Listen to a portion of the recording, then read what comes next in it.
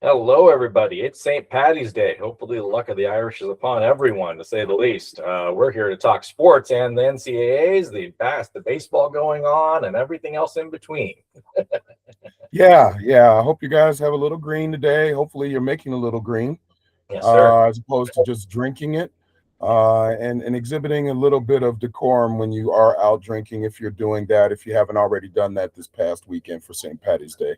Yep. Illinoisans are voting today. For all of you Illinoisans who are voting, get out there and vote.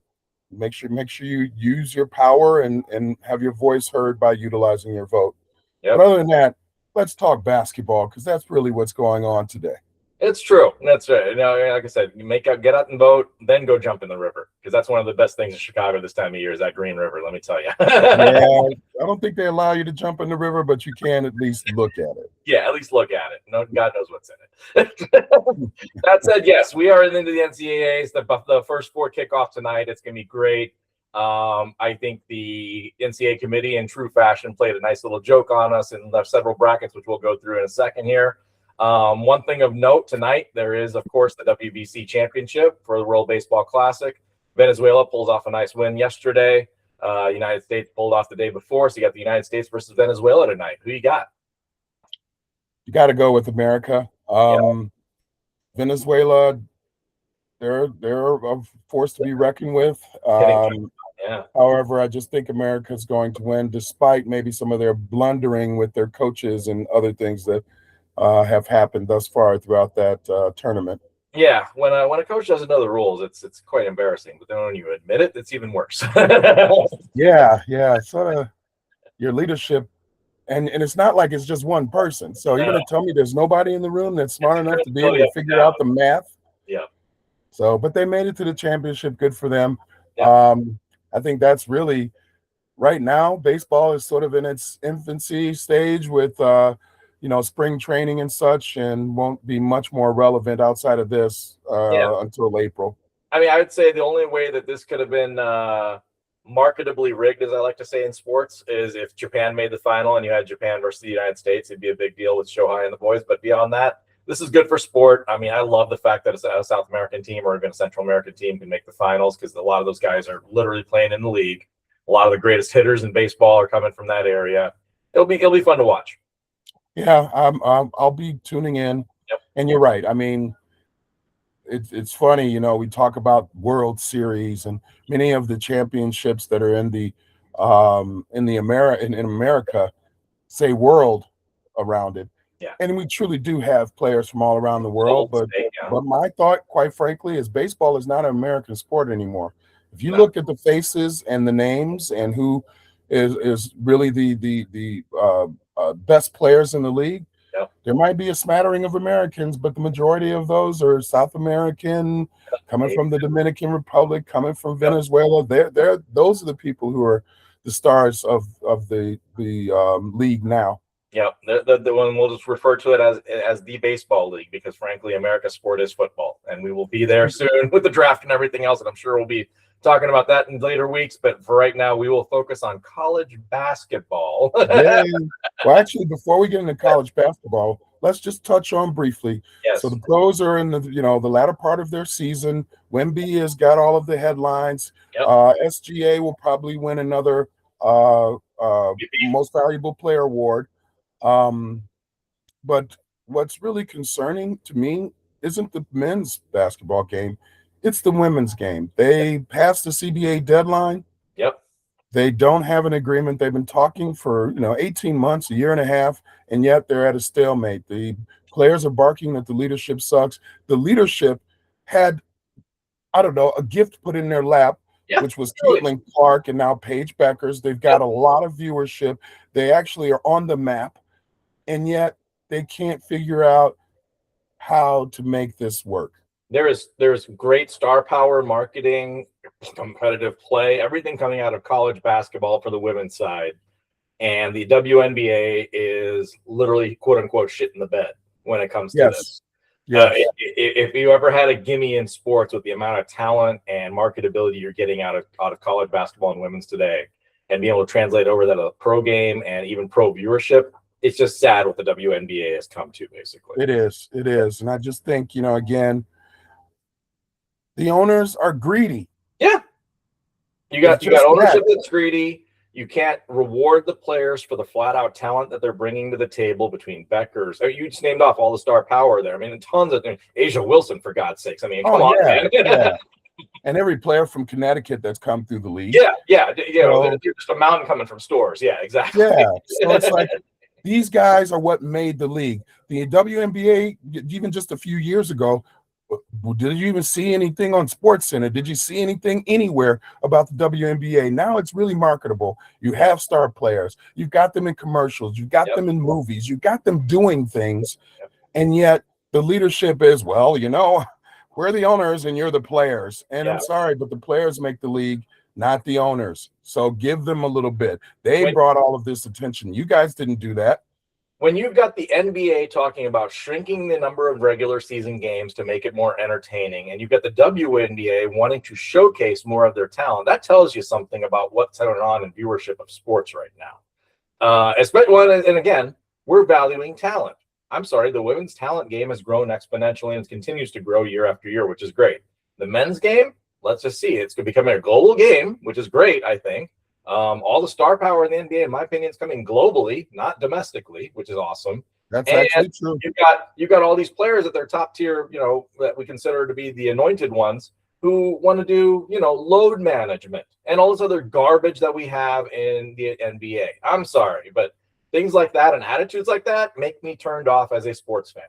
And you've got people that are hungry to want to not only obviously create a living for themselves in the WNBA, but also have the ability to showcase their talents. And they're wanting to do it. Support it, for God's sakes. Exactly. And they're passionate about their game. And I'm sorry, that's what we as fans want to see. We want to see professional athletes who care and who put it out on the floor or on the court or wherever they're playing every day. And that's what these ladies are doing. And yet, we're sitting here and being penny wise and pound foolish. Exactly.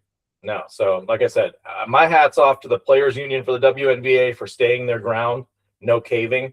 You know what? I kind of hope it gets to a strike point, because then they'll finally realize the worth of that entire organization, because frankly, it's going to be a lot of dollars lost, I think, in terms of serviceability in that league if they get to that point, unfortunately. So at some point, their ownership has to give.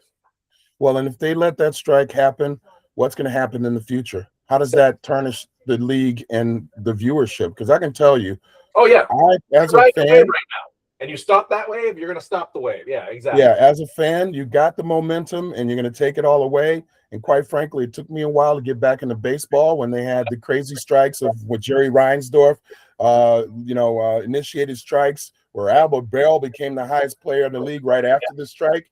Right. I just couldn't watch it after that. So this is the danger that you're dealing with right now, owners and players. But I think most of this is on the owners. They don't want to give. You're telling me that any team in any league in Russia, China, anywhere else globally wouldn't kill to have a WNBA star right now? Now, obviously, they'll get paid more to some degree. Why do you think that players go in the offseason to those countries? Because they're getting paid. True, because they're getting paid. And that's why Brittany ended up getting arrested and jailed for over a year, because she was flying to play overseas because she was actually getting paid more there than she gets paid here. Yep, it's facts. So no, to that point, I hope the Players Union for the WNBA stands up. They get what they want. They get equitable pay, everything else that they want to get out of it, and hopefully it gets resolved. But we shall see, unfortunately, in the midst of all of this. In the meantime, obviously, the WNBA players a lot of them are participating in the FIBA championships, which is kind of cool. I hope there's more coverage of that, hopefully, on TV. I haven't seen enough of it. I know it's at off hours, stuff like that, but it'd be cool to watch, honestly, because again, basketball is a global game now. We need to be able to appreciate that. Yep, agreed. Yep. Well, I think we can sort of pivot from there to let's talk about the premier basketball in the month of March. Yes, sir. Which starts with an M and ends with an M, and it's called March Madness. This is my Christmas. It's always fun. I've been a fan of this since I was 5 years old, since I knew what college basketball was. And frankly, this is the time of year where you get to trash talk. You get to be prideful of alumni. You get to have sports camaraderie. It brings people together. It's just fun. I mean, it's just pure joyness. You don't have to be the biggest college basketball fan. You can be sitting there at a bar in this environment on a Thursday or a Friday for first round games, and it is just the coolest environment in sports. And I have to say, it's appropriate not that I'm a drinker. I used to be one of those guys. I used to take off Thursday and Friday this week every year because I ran pools for decades, and I would sit and drink all day, watch 30 games, 32 games, whatever it was for over the 2-game period, or it's not 32 games, but I guess it is 32 games, right? If you have 16 each day. Yeah. So, and I just enjoyed it. I immersed myself in college basketball and enjoyed every bit of it.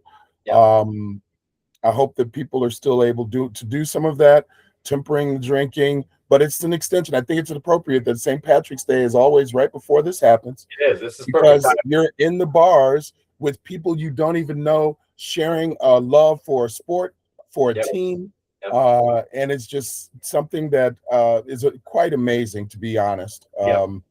And I love it. No, it's a sports event in its own right. It's kind of a coming of age out of the winter and into warmer months, and it's just good. It's just a fun time of year altogether. But that said, we're in the midst of it. The brackets came out Sunday night. I think there was some little bit, everybody's got a little take on it, including myself, which we'll get to here in a second. But at the end of the day, you get marquee matchups, you get matchups out of the blue, and it brings together fan bases, and it makes it a lot of fun. So let's get, I say, let's get into it. Let's have some fun with this. Can I start with first? Okay, people are asking, did Duke get shafted because of where they are? Did St. John's get shafted, which they definitely did with their seeding? But here's the story that I just wanted to touch on real quick. Miami of Ohio. What was their record? 31-1. And they're in a play-in game today or tomorrow. Today. Does that make sense? Absolute BS. You and I have said this offline, and we'll continue to say it again. I don't care what level of sport you're at. You could be at a beginner stage, you could be at a pro stage, you could be at an international stage. To go undefeated in any sport to this degree is the hardest task you will ever go through in life as a player or a coach, anything of that sort. I don't care. The committee gave no respect to the fact that this team, I don't care about quad 1 wins and all the other bullshit metrics that we're using to kind of come up with logic on seeding. This team was 30-0 at one point. 31-0.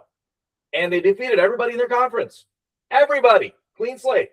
And these are Division I schools. I just want to make sure people know. It's not that they were playing Division II or Division III. They were playing Division I schools.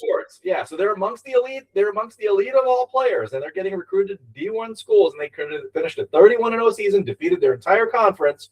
And you're telling me that one game in March in their conference tournament knocks them all the way down to barely qualifying to make it to March Madness? What are you telling all of these conferences with that? Exactly. You're telling them it's all about money. And that's the sad part. And we'll get to that here in a second, too. I mean, and this just it's a travesty, in my opinion. I could try to put them on a line. Let's say they're a 12 seed, 10 seed, whatever they want to put them at. And I'm sorry, but they're not a play-in team. Now, the one benefit they are getting out of this, which I will shed some light on, is they're getting a home game. They're playing Dayton, Ohio, only an hour from campus, but they still have to play a feed-in game. And it's not the easiest feed-in game either. They have to play a feed-in game so they can be a 16th seed against the 1 seed, right? Yeah. No, they're feeding into the 12 line. They're the 12 line. That's right. Yeah. That's right. It was 11 or 12. You're right. Yeah. So they'll feed into a line somewhere in there. But regardless, the fact that you're making a team that is 31-0, basically at one point, have to qualify in for the main weekend is absolutely absurd to me. I don't get it. We do the same thing in college football. There's teams that don't play in the top tier conferences and don't have the toughest schedule, but they're undefeated walking into November and December, and we don't even put them in the CFP playoff. Think about that. We did that this year. If the money trail is killing me in sports right now, in college sports, let me be more specific, where money is dictating all of it, and it's just sad. It's just sad. I think it is. I think there has to be a better way to come up with this. Otherwise, let's just call it what it is. It really isn't March Madness if you're not going to let some of these teams from some of these more obscure conferences get an opportunity to play in the big game. Yep. There's whoever Miami's playing against, whoever any of these teams that are playing these play-in games, if they're not if they are not from a major conference, let them in the thing.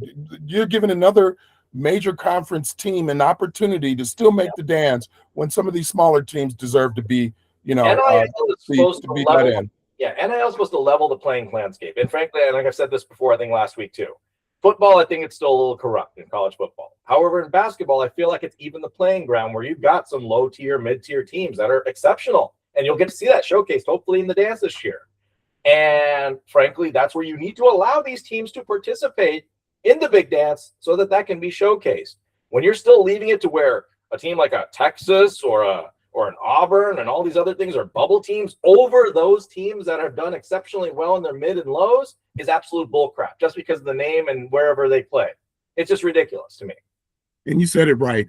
Why is Texas in there? Why are these teams in there? They had their opportunities. Exactly. They play in those major conferences for a reason. They recruit on the highest level. And if you're not good enough, then you're not good enough. You're giving them an extra chance instead of letting a Long Beach State or whatever be able to come in and play. Even if they have to be a 15 or 16 seed, they shouldn't have to play in to get there. They shouldn't have to play to be a 12 seed. Let them in.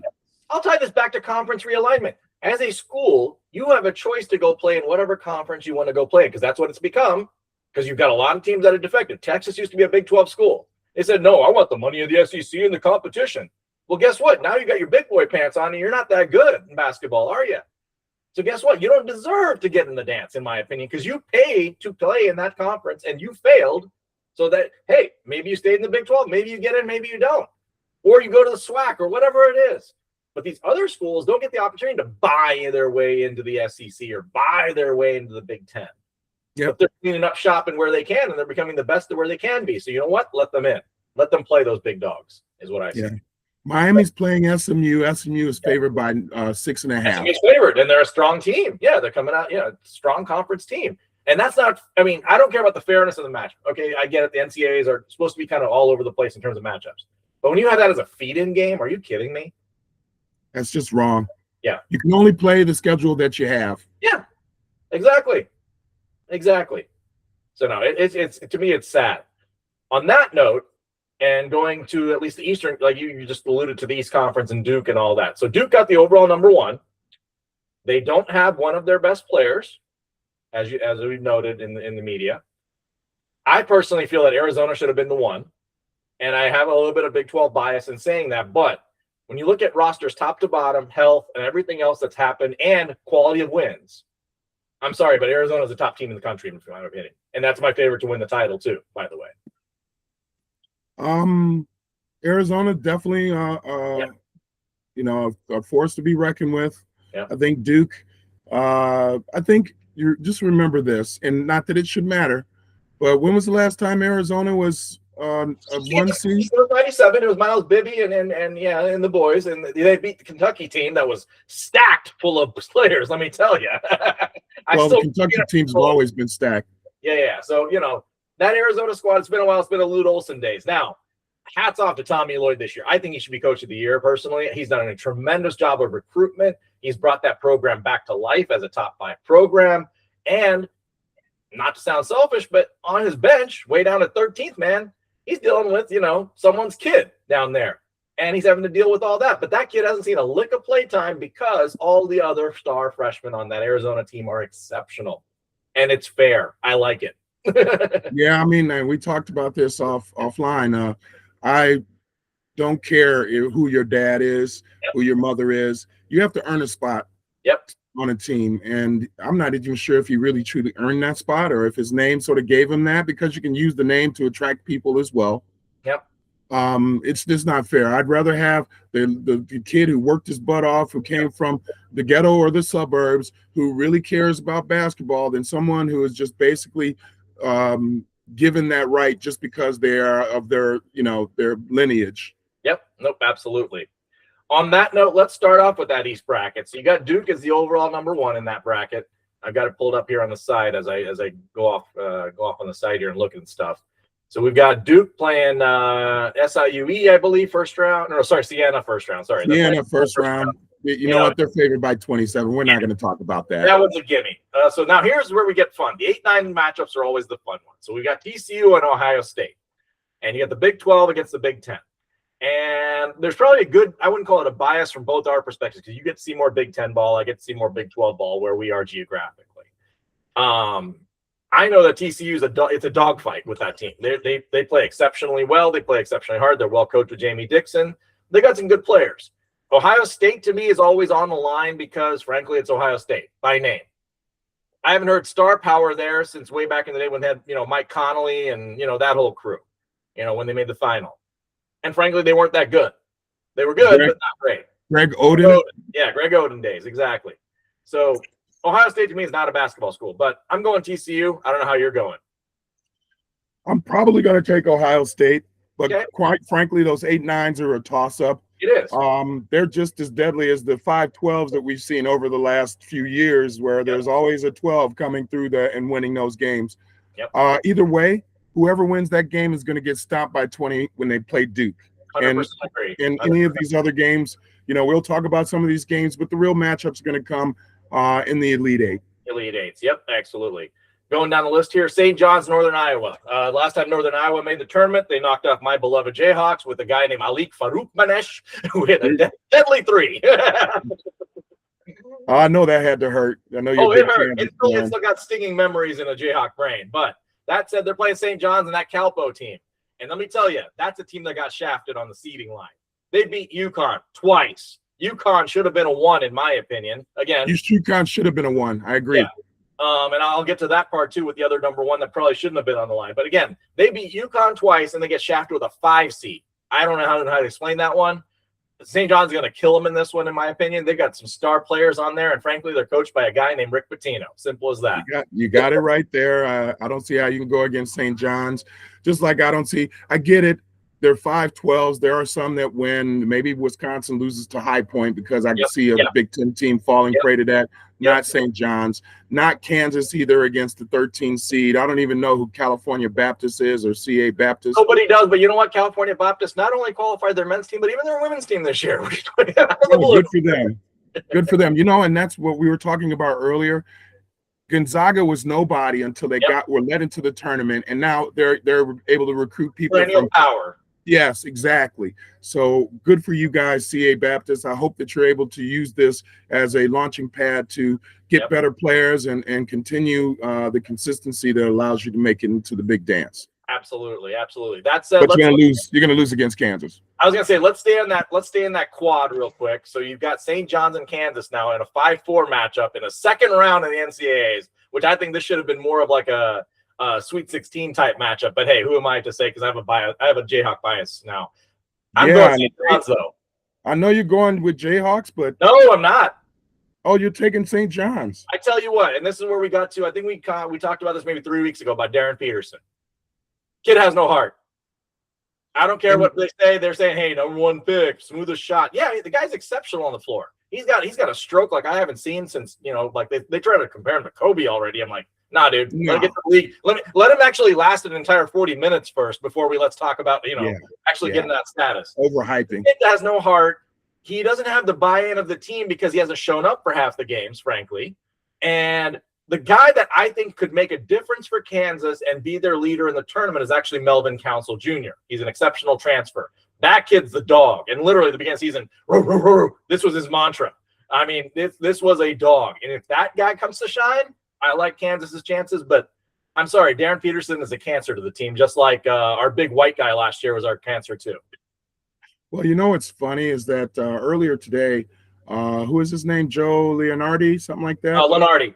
Yes, yeah. So he was saying that this guy may have the talent, but he literally he was talking about the fact that he doesn't even go pick his players up when they get fouled. He doesn't interact with his team. He said this guy is not a team player. It's all about him. The 20-point loss in the Big 12 semis against Houston was very telling. And you can see that in the body language in the second half. Nobody went to go pick up him, nor did he go pick up anyone else. It was the rest of the team, and then it was him. And frankly, that doesn't work. I'm sorry. And we've seen this come in the NCAAs where you get that one exceptional player coming in that's carrying a team, like Kevin Durant, that lost first round, by the way. You've got those kind of Texas. players. Yeah.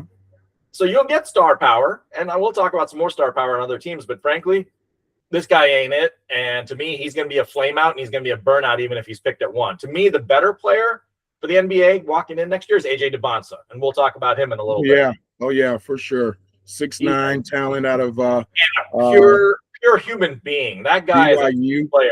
That guy's a team player. I love watching him. Yeah. But no, I'm going St. John's in this one. I don't know what you got. I'm going to take St. John's. As much as you love Kansas, is as much as I hate Bill Self because of his Illinois days and how he left. So I'm definitely going against Kansas.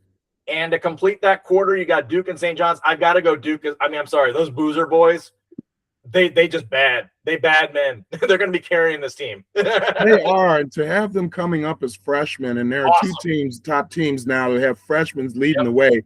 Very surprising. Carlos, your kids are way better than you were because you sucked when you were in the pros. I'm sorry.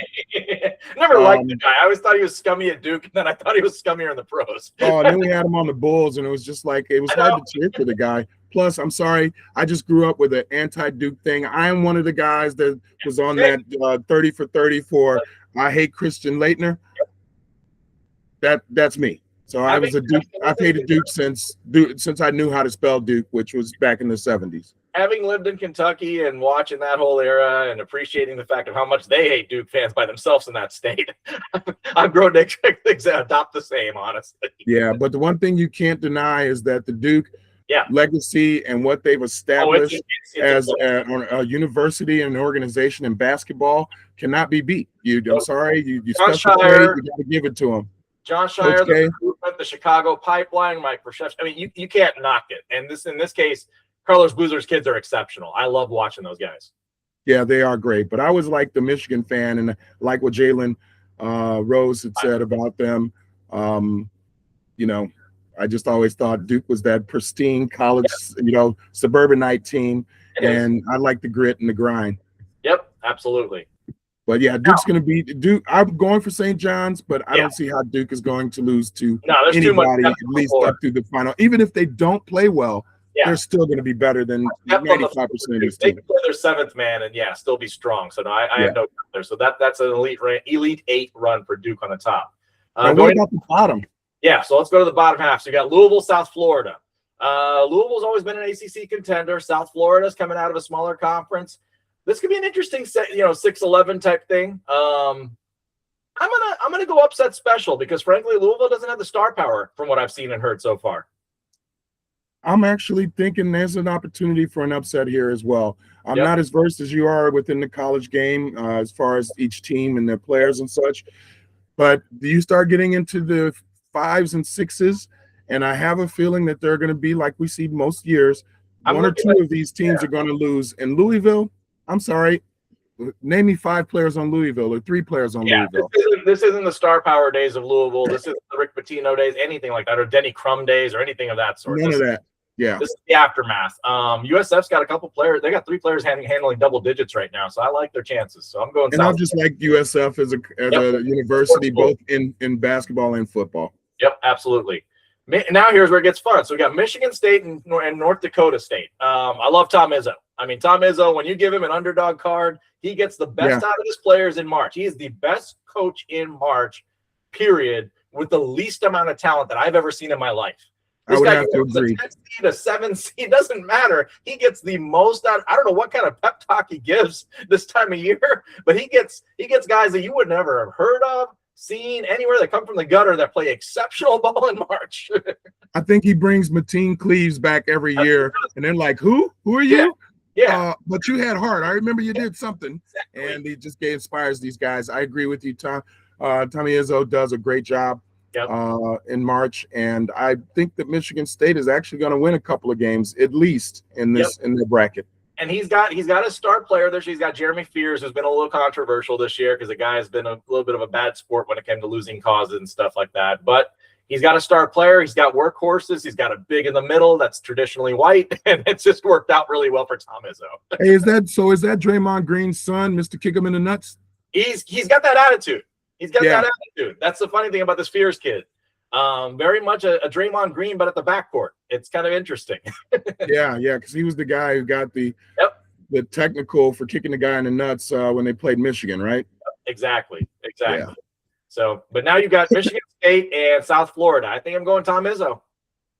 I'm going Tom Izzo with that one. Don't North Dakota State, kudos to making the tourney. You're going to get mopped by Michigan State in the first round. Yep. UCLA and UCF. That I think is going to be an interesting matchup. So UCLA has underperformed all year, from what I understand, because they've got star power recruitment. From what I've seen and heard so far, I haven't watched any of them. UCF's coming out of the last seed out of the Big 12, and Big 12 was the toughest conference, arguably, in all of college basketball this year. UCF did pull off a couple exceptional wins, I think against Kansas and I think against Iowa State throughout the year. But again, those are just conference rivalries. I don't think they had enough firepower to beat a UCLA. I don't think so either. I'm going to give UCLA this one, but it'll be short-lived because another team that I think is just – I think they have enough fire in their belly because they were slighted is UConn. And Furman, I've seen your name pop up on sheets over the years. You're just going to get mollywopped by UConn on the court. 100%. No, I'm sorry, but you've just started a fire on Bobby Hurley or Dan Hurley. Yeah. Sorry, Dan Hurley. Dan Hurley's about to take this team all the way to the ride, and he's going to have a guy like a Khalid El-Amin or whoever it is that he has on his squad this year ride him. Now he has two guys on his team that could get three titles in 4 years. Think about that for a second. Well, that's why they're a force to be reckoned with. They are the team. If anything, if you just did it with chalk, which may be in this particular category. Close enough. Yeah, we're there. It could be chalk all the way through. That would mean Duke would end up playing UConn in the final in the Elite Eight, right? Yep. So okay. Quick recap on this division. You've got 5 Hall of Fame coaches in this division, and you've got So between Sean Shire will be a Hall of Famer, Danny Hurley will be a Hall of Famer, Bill Self, Rick Pitino, Tom Izzo. I mean, the 3 of them are already Hall of Famers. Yeah, and Dan Hurley's going to go through. Dan Hurley's going to go through Tom Izzo first against Michigan State. Then he's going to go to play John Shire in the Elite Eight. Who do you got, Duke and UConn? Honestly, I got to go for UConn. I'm going for the established players that have the experience, that have been there and have won it 2 of the last 3 years. Exactly. I think he's got the team. Duke has the players, but UConn has the team and the coaching, in my opinion. Yep. I'm going to go with UConn. UConn's going to come out of that section, and they're going to be the Final Four representative. I completely agree. Let's move down to the South, where I've got my controversy. I don't agree with the number 1 seed out there in Florida. They lost their conference tournament. They've been on and off all season. Yes, they are the defending champions. Don't get me wrong. They have an exceptional team. They've got great players all around, but frankly, I think UConn should have been a 1 seed here, and they got slighted. That said, I don't see Florida having any problems probably making the Elite Eight in this division. Yeah, given what's down here, and I agree that UConn should have been the number 1 over Florida. Right. Whoever Florida plays in the wins the play-in game, they're going to be. Lehigh is the yeah. Clemson and Iowa, between the 2 of them, I'm taking Big Ten over, what is that, ACC? Yep, I'm going Iowa over Clemson as well. So then you got Florida and Iowa. That's not even a game. I'm sorry. We're gonna take the orange juice over the absolutely. Absolutely. The team that created Gatorade will win there. No question. Yes, exactly. I'm sorry. You just got to take them. Vanderbilt and McNeese. I thought that was McNeese State. McNeese State, and that is our boy Amir Khan with the jukebox. I was just about to say. So I'm actually rooting for them. I think this is the opportunity, as well as Vanderbilt has played lately. I think that this could be one of those 12-5 upsets. Could be an upset. As much as I want to go for McNeese State, and I love what NIL has done for that school because of what Amir Khan has done to bring in the joy of basketball. Vandy's on fire right now. Let me tell you, that's a team that's torn up the SEC. They're playing like a team. They've never been a basketball school in a long time, and they're back. They're the academic school in the SEC, just like Northwestern is in the Big 12 or the Big 10. So yeah. True. I just like McNeese. I'm going probably more on my emotion than my which is brain. fair. I mean, again, emotions can win the day when it comes to betting in here, so it makes it fun. But no, McNeese State it's gonna be a great story. I'm gonna watch that game because frankly, I want to see Amir Khan walk those boys in playing anything he wants. That'll be on True TV, so I'm definitely gonna watch that Thursday. Heck yeah. The men of Troy, I don't think much of Nebraska. Yeah, honestly, but they've won some big games. They've been big in basketball this year. I've been impressed watching them. Yeah, and I just don't think the men of Troy are going to be able to do anything more than, sit on the bench and put their head in the towel towards the end of the game. Yep. So you've got Nebraska McNeese. I've got Vanderbilt Nebraska. Which way are you going with this? With McNeese? I'm taking Nebraska. You're taking Nebraska. All right. Yeah, I think Nebraska's going to win 2 games. This one is Troy, and even if Vanderbilt comes out, I'm taking Nebraska. All right. So then you've got Florida, Nebraska on your side. Yeah. I think Florida on that one. I'm guessing. Oh yeah, Florida is going to. Who's going to play them? Nebraska. Yeah. That's what I'm saying. I think they got the easiest quad too, which kind of pisses me off to the fact that they got the one and they got the easiest quad, in my opinion. Yeah, I would have to say I don't see anybody beating them. Not any of these teams. So they're going to make it to the Elite 8.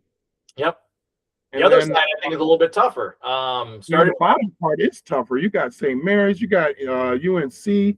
You got an Illinois team that could lose to Penn, even though they're favored by 24 points because they've been so up and down this year. They got some solid guard play at Illinois, and if they ever would get a streak going, that team could make some noise. But it'll be interesting to see. Let's start off with the first one: North Carolina VCU. You got a 6-11 matchup.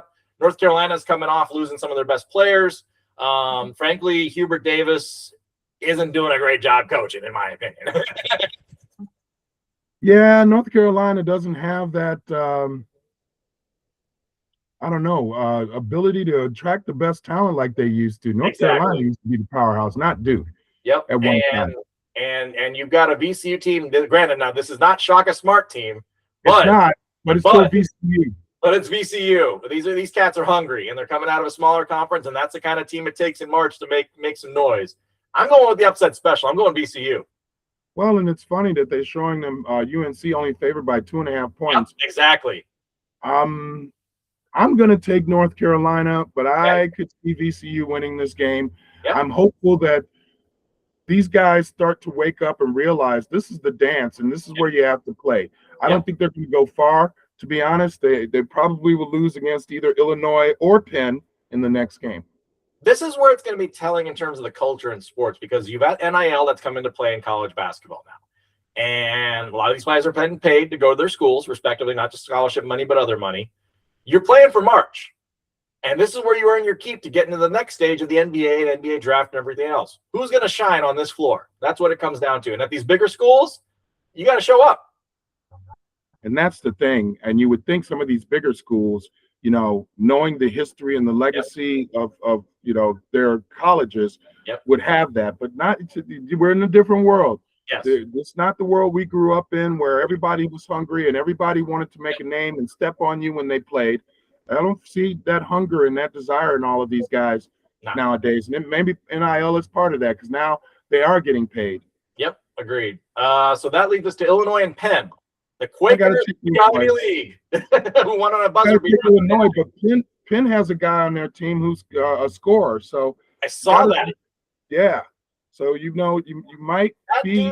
I forgot the name of the guy, and I'll try to look it up here in a second. I think it's Ethan Roberts or TJ Power. I forgot which one it is, but one of the guys for Penn was a top 15 recruit out of high school. Think about that for a second. And he went to the Ivies, and obviously he's led this Penn team, and he hit the buzzer beater on Sunday to get him into the tourney. This could be an upset special, but in my case, I'm going Illinois because I like that backcourt Illinois' got. And maybe they'll finally start showing up together. I'm going to go with Illinois as well. I think, I'm with you. I think here is where, in some cases, we were talking about how, Miami has to play in. I think in some of these cases, these teams benefit from playing in these top conferences because they're playing quality talent every other night. And when they get to the March Madness, I think that shows with some of these teams, not all of them. Yep, I agree. And then if North Carolina plays, I'm taking Illinois over North Carolina. Okay. Yep, and I've got Illinois going to the Sweet 16 as well. Yep. Let's see, St. Mary's and Texas A&M. I'm sorry, but St. Mary's finishes second to Gonzaga just about every year. Yeah. But they come into the tournament, they got a pretty decent squad. Yep. I'm sorry. Only than that. All right. Yeah, no, and that's the thing. They always get foreign recruits from Australia, wherever it is St. Mary's got its pipeline from. It's pretty cool to watch, but their number one contention is trying to keep up with Gonzaga in their own division, unfortunately. But they got a good program, and obviously their coach has been there forever. Great program. But you're also playing now against an SEC school who, frankly, didn't finish that well. Texas A&M. I'm going to go St. Mary's because, frankly, they're hungrier. I'm going St. Mary's as well. They got a couple of big guys. They got, I think having lost again in their conference game. Did they lose to Gonzaga or did they lose to a different team? Lost to Gonzaga in the championship game. I saw it. I was watching that one, yeah. And again, Mark Few and Gonzaga is a culture. You can't. I mean, that's just an unbelievable program that he's built out there. Yeah, it is. Yeah, it is. But I'm taking St. Mary's, and we don't need to talk about Houston versus Idaho. Honestly, to me, Houston's the team that got slighted also on the number one line over Michigan. I think Houston should have been a 1, in my personal opinion, again. But this team is playing on fire, and again, they played in the toughest conference in the tournament in the country against Arizona, and they played them close, and they've even beaten Arizona. At some point, Kelvin Sampson's going to win a title, and I think this year could be the year. See, I actually think just the opposite there. He's had chances to win with some really good teams, including last year. I don't think he's a winning coach. I really don't. I'm going to take Houston just because of the bracket that they're in. I'm going to take them pretty much all the way. So Houston versus Florida, what you got?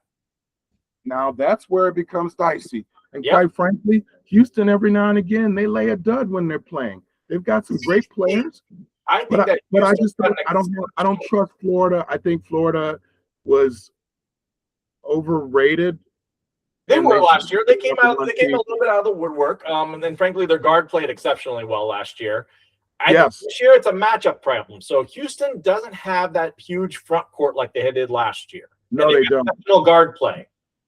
Conversely, Florida has the front court, right? But they don't have the back court from last year. So which way do you go? I'm taking Houston because I don't know why. Because I'm going to take Houston on that one because honestly, I do feel like the front court does matter. You need to have interior defense. You need to have rebounding, and you need to be consistent in that game to game. Houston may fail at that from time to time, but I think that their guard play is really good, and I think that they'll take them at least to the Final Four. After that, I don't think they're going to win a game. Yeah, Houston's got Uzan. They got this kid, Kingston Fleming. This freshman's incredible for Houston. It's a great find. I like the backcourt play always in the NCAAs over the front court. I think the backcourts win championships, so that's where I'm going Houston over Florida. Okay. Yep. Let's go out to the West. In my opinion, the top team in the program is Arizona. I think they're going to easily coast to the Elite Eight at least, and then we'll discuss from there. My opinion. Well, who would they play? So you got Long Island, that doesn't count. Yep. You got Villanova against Utah State. Whoever wins that, that's a pick'em game. Who are you picking there? Let's go down. Let's go down that one real quick. I don't know either team. I'm just going to go Villanova because I'm going to go Villanova just on history. Yeah. Yeah, that's it. That's the only reason I'm going with them. Yep. And then if you keep going down, you got Wisconsin against High Point. This is another one of those. This gets interesting. Wisconsin looked decent. They beat who did they beat in the Big Ten tourney? Yeah. But they beat Illinois.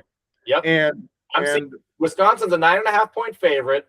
I've got some bias with High Point because my neighbor's kids go there, which is kind of fun. But High Point only has 4 losses this year. And again, that's the kind of team. They're at that 5-12 thing every year. There seems to be at least 2 of those that go through.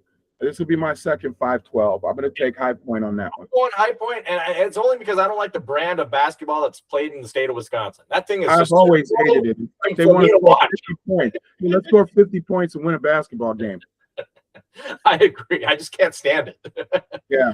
All right. Can't stand it either. Here's a fun one. So I got a bias on Arkansas because that's where all my people from my mom's side of the family live. Frankly, and I remember the big nasty days. As much as Nolan Richardson, that's an institution in its own right. I hate John Calipari, but the fact of the matter is he has this kid named Darius Acuff this year, who I think could do a Jordan-esque kind of run in the NCAAs. This kid is special. I would say watch out for Arkansas. Yep. I think they could be one of those teams, like you mentioned. If Arizona falters a little bit, that could be one of those teams that could beat Arizona. Yep. So yeah, Arizona, Arkansas. I'm going on Arizona on that one. So Arizona's in my Elite Eight, at least from that standpoint. Yeah, and I would have to do the same. It's hard to take a team of that caliber and put them any lower than that. Here's a good one. So you got a feed-in game with Texas, who I think shouldn't be in, and North Carolina State, who again also I don't think should be in. Nope. Winner of that will play AJ DeBonsa and BYU. Now, BYU was a better team before they lost their stars. Yes. Yeah, but they've still been playing well. AJ DeBonsa is that dude. He's been averaging. He had 96 points in 3 games in the conference tourney. This kid was carrying them on their back, literally. Right. Is that going to be too much? Is it going to be too much? I don't know. But I tell you what, BYU's got this team where even with their other guys, they got so many players open on the 3-wing. All it takes is one kid to come on fire, and they'll burn somebody out of the building because DeBonsa will dribble, penetrate in, kick out, boom, 3, over. And these guys can play defense. They're big. They're really big on size, too, at BYU. Well, I think BYU will beat whoever they agree. Do you think they're going to beat Gonzaga, though? Nope, I think Gonzaga takes that one. Gonzaga's got too much star power, and frankly, it's Mark Few. Let's I was about to say, they've been there. They've done that. Yep. Got to take Gonzaga against BYU. I wasn't even going to say Gonzaga against Kennesaw State because that doesn't count in my mind. Yeah, here's an interesting matchup. Missouri. Against BYU, Missouri against Miami. I think that's a toss-up. It's a toss-up. It's going to be that 7-10, ugly matchup, basically. Let me see what the betting line is. Right now, you've got it at 1.5. Yeah. 1.5 on Miami. I think Miami's getting the bias only because they came out of the ACC, but frankly, I think it's a toss-up matchup. I mean, honestly, I could flip a coin.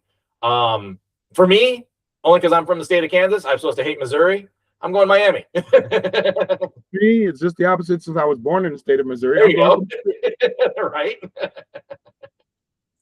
But again, it's another one of those. And sometimes I feel like it's sort of lopsided here because with the 1 and 2 seeds, unless they just play horribly, how are they going to lose against some of these mid-level teams? Exactly. Purdue's going to beat the heck out of Queens.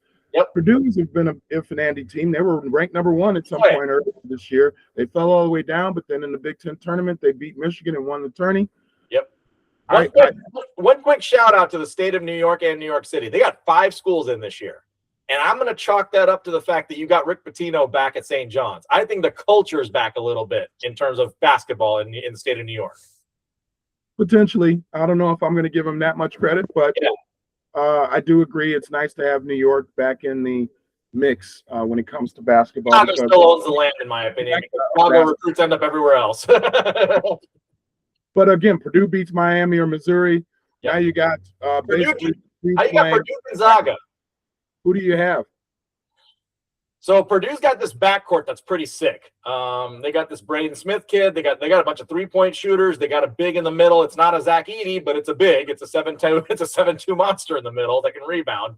Right. Gonzaga's got all around play. I'm gonna give the edge to Gonzaga only on the merit of coaching. Honestly, I think Mark Few's gonna game plan around that. And I'm gonna do the same. I'm gonna take Gonzaga. Something about Purdue. Yeah. Even as good as they've always been. Matt Painter to me is not that tactical guy. He's a great recruiter, but he's not that tactical guy. Was it Purdue who had Glenn Robinson? Yep. Oh, that was way back in the day. That was with Gene Keady. And they beat my Jayhawks. Right, but they had a killer team, but they didn't win the championship. That's right. They choked actually that year after they beat us. It's that kind of thing with Purdue. Yep. I just don't have faith in them historically, so I'm going to go with Gonzaga. So here's what's cool. At least in the West, in the Elite Eight, you get Arizona Gonzaga in a geographic matchup, which is pretty cool. Yep. Who you both got? Teams. Yeah, who you got? I got Arizona. I mean, Arizona. I'm not sure Arizona's going to make it all the way. They're another one of those teams that, in my mind, I could see them losing to Arkansas, for instance. Yep. Nope, I agree. They're in the number 1, and I can see why people would pick them to win it all. Yep. I'm an underdog guy. I just feel like I feel like Gonzaga won't beat Arizona, but Arkansas could. Arkansas But it would be the pick to go to the Final Four at the end of the day. Yep. That said, let's go to the Midwest. It's that Michigan team against UMBC and Howard. Now, this is fun. So, the 16 matchup is a regional matchup. You got Howard down in D.C. You got UMBC 10 minutes up the road from me over here. Last time UMBC made the dance, do we remember what happened? They beat Virginia, right? They beat Virginia first round and took that 16-1 thing off the back. It was the first time ever and the coolest thing I've ever seen in sports. We've talked about that. To me, that was a cool thing. And then another cool thing, a byproduct of that, was the fact that Virginia had just lost, and the very next year they came back and won it. Yep. Give them all the credit in the world, because that's a hard pill to chew, to swallow, is to be the only team ever to lose to a 16 seed. And then come back. Now, who you got in this one? Does Michigan choke? Against them, no. Michigan's not going to choke. This is going to be one of those Michigan squads, sort of like when they had the Fab Five. Yeah. I think they're going to make the run all the way there. Did they deserve to be a number one after losing their conference tourney? Maybe not. Right. But I think that they're going to be the team that makes the run. To me, the team that could have beaten them lost their star player yesterday because, which is Alabama. The guy got arrested. I guess he was in a house. I don't know if it's his house or someone else's house, and they had like a pound of marijuana and also paraphernalia. Talk about an idiot. Yep. That's the definition of an idiot right there. Absolutely. The 8-9 matchup is a little heartfelt for me because it's my alma mater, St. Louis University. We're back, baby. The Billikens are back. And we've got Larry Bird Jr. starting our lineup with Ravi Avila. This man is a walking bucket. He's a walking bucket. Now, St. Louis, the only reason they got slipped down in the 9th seed is because they lost in the A10 final to Dayton. Even though they're the number 1 seed, they had the best player of the league and everything else. I'm going with my Billikens over Georgia. I saw St. Louis play earlier this year. I went to a Loyola game. They've got this one guy who has these little goggles that he plays with. Ravi Avila. They call him Larry Bird Jr. So he played in Indiana last year, or not Indiana, Valpo last year. And then we brought him over with NIL money over to St. Louis U. That guy was playing his butt off, and they smashed Loyola when I watched it. I got to go with them. Don't know a lot about Georgia, but I actually saw these guys play in St. Louis, and they look like they could win a game or two. They won't win 2 here, but they'll definitely beat Georgia. Yep. So Michigan, St. Louis, I think you got to go with Michigan in that one. I think they'll just be out, man. But I love the fact that my Billikens are back since the old days of Rick Majerus that we had for our short-lived. Rest in peace. Yeah, I think again, it's just good to see teams like that. In my mind, I'm a little guy. I'm not a little guy, but I like the little guy. And coming from the Atlantic 10, is that right? Yep, A10, baby. Yep. Yeah, I just happy to see them there. Hope they win that game. Expect them to win that game. Texas Tech got a special place in my heart in this one. Hey, Texas Tech is playing Akron. Akron, yes. And Akron is them boys from, leftover LeBron friends, all that stuff. I don't think they have enough firepower to beat Texas Tech. Now, Texas Tech could have been a top 3 team in the country this year, but they lost their best player, Toppin, about 5 weeks ago. And since then, they've still held on. They've beaten all the teams they needed to, but they couldn't beat the likes of a Houston or an Arizona, obviously. Right. I just love the fact that this team is coached so well. Their coach has done a tremendous job of keeping up the players, regardless of not having Toppin and all that. I think Texas Tech's going to make a run here. I think they'll get all the way to the Michigan line eventually. Really, I actually think that Texas Tech has a good team. Yep. But I feel like Alabama has a good team, and even though they lost that one player, I think that Alabama, being where they were last year, I feel like they're the team that loses to Michigan. Yeah, they're that. They got that kid LeBaron Philon. They got this Aiden Holloway, and then they got Weed Smoker boy also. That's their top 3 scorers. And whatever the Weed Smoker guy, hopefully he's back. And if he's not, then maybe they're in danger. But I do like your argument for Alabama. They're a good team. Yeah, I can't see how he would come back if that's a felony. Like, what do you do? Punishable pretty heavy in the state of Alabama, from what I read. Apparently, you get either 10 years in jail or a $15,000 fine. I'm sure the boosters will try to pay it off, but. Man. But still, though, do you want that kind of publicity following your team during the tourney? Nah, that's a tough one. So because I thought they already released him from the team. He's no longer on the team. Oh, he already got so there you go again. That was the case. His name is Holloway, right? Oh, so that was their number 2 player. Shoot. Yeah. Okay, so then they got Phylon, and he's gonna have to carry him. That'll be interesting. So we'll see how that works, but yeah, I don't think they'll be bringing him back. No. All right, and let's see. Tennessee. We're back to Rick Barnes season. Rick Barnes chokes in March. Yeah. I'm going Miami, Ohio, SMU winner, and I hope to God it's a Miami, Ohio that makes the run here. I'm with you. I agree with you with Rick Barnes and Tennessee. Tennessee is just a choke, university. I'm taking whoever wins the 11, and I hope it's Miami as well. But nobody's going to beat Virginia. I think Virginia's going to be a tough out this year for whoever plays them, and I see them all out there too. I actually see Virginia beating Iowa State at the bottom of this bracket and playing Michigan to go to the Final Four. See, now I've got Iowa State all the way to the Final Four in mind, and I'll get to that one here in a second too. But you got Kentucky, Santa Clara. What you got there? This ain't the same Kentucky boys. Mark Pope's having struggles with these guys. Yeah, I'm sorry. Kentucky's not what it used to be. The coach seems to be if and Andy. One week he seemed like he just wanted to fire the whole team. The next week he loves them. Yep. I'm going to go with Santa Clara. The first time Santa Clara's back since that little guy named Steve Nash. Oh, there's some history for you. And they came in as a 15 seed that year and knocked off a 2 back then. So, well, Kentucky's only favored by 3.5, so that's a telling line there for me. It is, and that'll be an interesting one. So then you got Iowa State playing the winner of that one. I got Iowa State. Frankly, that Iowa State team is loaded with talent, including who I call Tony Kukoc 2.0. They got a kid named Momcilovic. He balls like Tony Kukoc. Well, they do have a good team, and it's good to see them back. I've always liked them historically, but I don't think they're going to beat Virginia. Virginia looked pretty good in their training. Virginia's looking good. Looking good. They play that weird slow ball that I can't stand, but it works. Yeah, I don't like that style of play, but I think that it might be effective for them. I can see them coming and actually beating Iowa State. But again, I don't think any of these teams are going to beat Michigan. Yep. Something tells me you got Iowa State beating Michigan. I've got Iowa State beating Michigan. You got Michigan versus Virginia. What you got? I got Michigan. You got Michigan. So you got Michigan versus Arizona in one Final Four. I got chalk, baby. Okay, so Arizona there. Or no, sorry, you're taking Arizona over Michigan then? Oh, no, I'm taking Michigan over Arizona. Oh, you're taking Michigan over Arizona. Okay, so you got Michigan to the final. And then Duke versus, I believe we agreed on Houston or Florida. Who did you have? I have Houston. You have Florida? I think I had Houston. Okay, so we both have Houston. So it's Duke versus Houston in the other semi. And that's Duke. That's Duke. So you got Duke and you've got Michigan in the final. Oh, wait a minute. Hold on. No, I got UConn beating Duke. Remember? Oh, you got sorry. Yeah. So, okay, so you got UConn and Houston. Sorry. Yeah, I got UConn and Houston, and I'm taking UConn. All right, so you got UConn and Michigan then in your final. Yes, and I got UConn winning it all. Fair enough. I like that pick.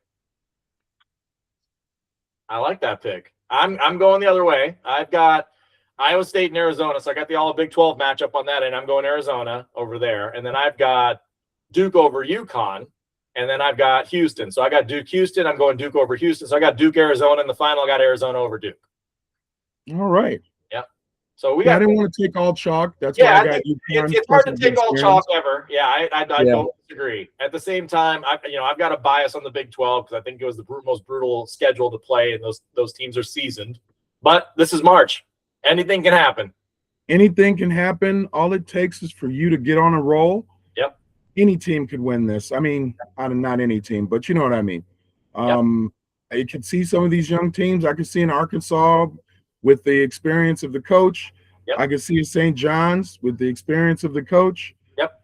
I could see a Michigan State. Yep. Absolutely. So there's a lot here. Gonzaga. You got some of these big name colleges who could make a run, and all it takes is for one of these number ones to falter a little bit. I think I mentioned this to you offline. I think this is a year where you've got a good amount of parity, so it's kind of an unpredictable bracket, which is kind of nice. You don't have a pure favorite. You've got the Dukes and the UConns, but you've got maybe 5-6 teams that could honestly contend for the title this year, which is kind of nice. I can't say that for the women's game. And I don't want to go through the whole bracket here, but long and short of it is you got a 49% probability that UConn is a champion this year, undefeated. And I'm not going to disagree with that because that is one loaded team that Gino Oriama's got.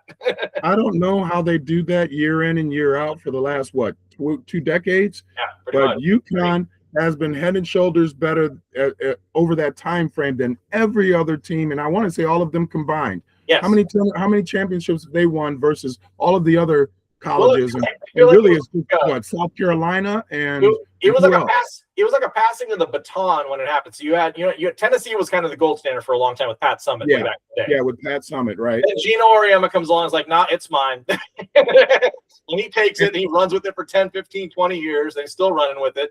And Tennessee's unfortunately fallen by the wayside because they haven't really figured out a succession plan after Pat Summitt. South Carolina, on the other hand, you've got a brilliant coach down in South Carolina.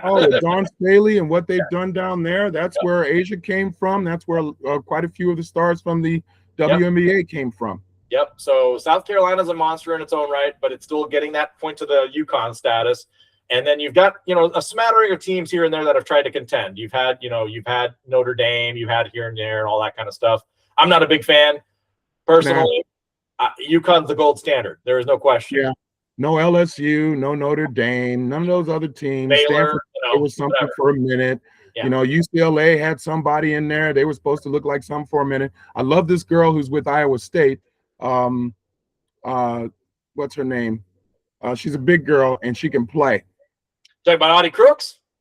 Yeah, Crooks. There you go. You are about to get shook by Audie Crooks. Check out that beat on YouTube if you get a chance, everybody. That is the coolest song of the season. However, Iowa State has kind of faltered because they figured out, hey, they got Audie Crooks and they don't really have a supporting cast, unfortunately. So I think they're like a 3 or 4 seed, I think, in the tournament this year. But they're a force to watch. Audie Crooks, that's the next WNBA stars. That girl can't be stopped in the middle. Right. Well, the funny thing is, like we were talking about chalk in the men's, I feel like the women's game is so chalk. It's too much chalk. That's what kind of takes away from it because you got star characters like we've seen in recent years with Caitlin Clarks and everything else. But it's UConn or bust every year, I feel like. Pretty much. The years they don't win, it seems like an upset, unless it was South Carolina who won. Because they don't win, they have an injury. That's what it is. Yeah, actually, it's true. That's true. Paige Buckets doesn't get injured her junior year. You're looking at probably a back-to-back title, probably. You're probably right. I tell you what, it's going to be an exciting month. Yep. We're going to love the sport of basketball. I generally don't watch a lot of college basketball until the conference tournaments, and I enjoy what I've seen so far and always what I see leading up to the tournament. But this next few weeks, there's going to be true madness, people. And starting off with tonight, like I said, I hope Miami, Ohio starts off on the right foot. They get that home game, which is kind of nice, but I would love to see them make a little run just to teach the committee a little lesson. Hey, it's hard to be undefeated anywhere. I don't care what it takes. You both committees for not recognizing what we have done, and now we had to show you that we truly earned the right to be here. Yep, absolutely. So no, I think we're in for a lot of fun. Thursday and Friday, if you get the opportunity to take some time away and enjoy, go out to a bar, go out to your local scene, gather some friends. It's a fun time, let me tell you. Yeah, it is. It is. It's like the extension of St. Patty's Day all the way through the weekend because you got Thursday and Friday, but then you also got Saturday and Sunday coming right behind you. So be a lot of basketball on the slate. You got a little bit of golf. You got a little bit of some other sports as well, but the NCAAs are going to dominate the sporting landscape for the next 3 weeks. Yeah, keep an eye on that golf. It's been getting exciting leading up to the Masters. You got a lot of fun contention going on with Bhatia a couple of weeks ago. You got Cameron Young this past week. Let me tell you, the Masters is shaping up to be a lot of fun here in the next few weeks. Yeah, my neighbor's going down to be at the Masters. They know someone who has like the tickets or something, or they're a member, and they won't be able to go one of the days. So they're actually going to go down there. I envy them. I wish that it was me.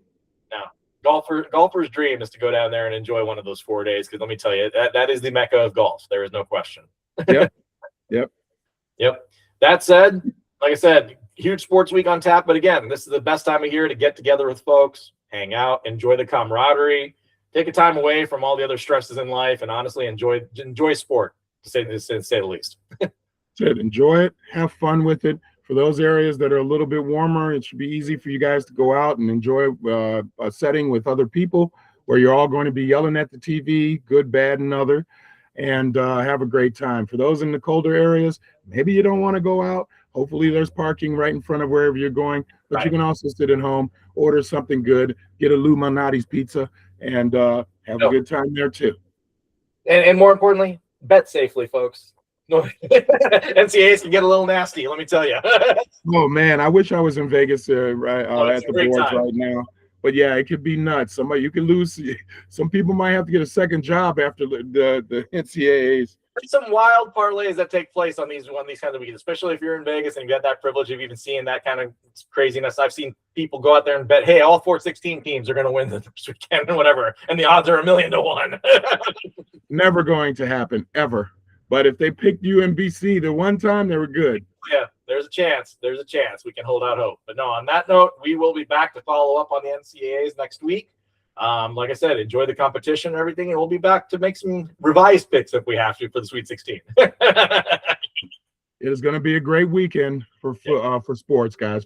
I see football because football is always on my mind. Right. It'll be a great time. Have some fun, and remember, make a friend that doesn't look like you. Yes, have sir. a good time with people who aren't the people that you know. Spread a little love. You might get some back.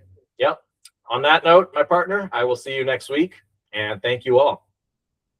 Be well.